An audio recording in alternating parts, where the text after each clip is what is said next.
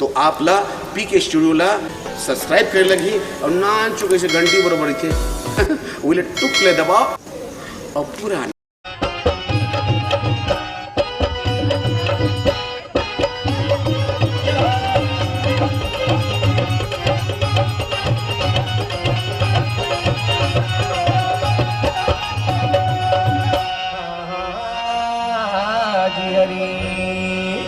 ये मन मिले मऊहा मिले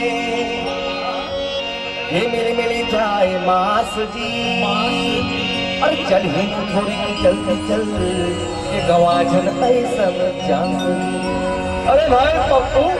ये मांस मदिरा दारू के चक्कर ला छोड़ और हरि के भजन न कर काबा कि 4 दिन के ये जिनगानी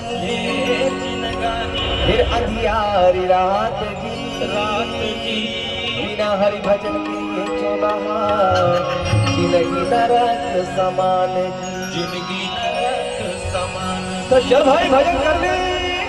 फोकट में गाड़ी के नाम टपले फोकट में गाड़ी के नाम बचले फोकट में गाड़ी के नाम टपले फोकट में गाड़ी के नाम बचले फोकट में गाड़ी के नाम टपले फोकट में गाड़ी के नाम बचले फोकट में गाड़ी के नाम टपले फोकट में गाड़ी के नाम बचले हरि के नाम टपले राम के नाम भजले हरि के नाम टपले राम के नाम भजले हरि के नाम टपले राम के नाम भजले हरि के नाम टपले राम के नाम भजले हरि के नाम टपले राम के नाम भजले फोकट में गाड़ी के नाम टपले फोकट में गाड़ी के नाम भजले फोकट में गाड़ी के नाम टपले फोकट में गाड़ी के नाम भजले।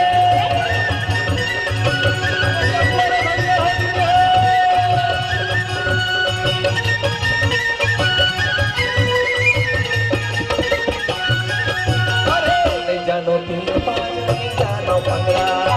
जानो 3 5 नहीं जानो 15 जानो 3 5 नहीं जानो 15 जानो 3 5 नहीं जानो 15 राम नाम दुआ करके जपत रहूं सदा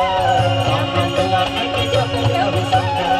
राम नाम दुआ करके जपत रहूं सदा राम नाम दुआ करके जपत रहूं सदा। ताहल सड़क में क्या हुकुम जप ले फोकट में गाड़ी के नाम टपले फोकट में गाड़ी के नाम भजले फोकट में गाड़ी के नाम टपले फोकट में गाड़ी के नाम भजले।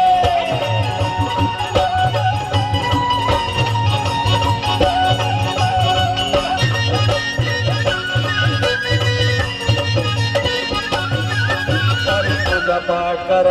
दिन बहागे पूजा पाठ कर दिन बहागे पूजा पाठ कर दिन बहागे पूजा पाठ कर दिन बहागे सुशनिचर मंगलवार आएगी न आगे सुशनिचर मंगलवार आए दिन आगे सुशनिचर मंगलवार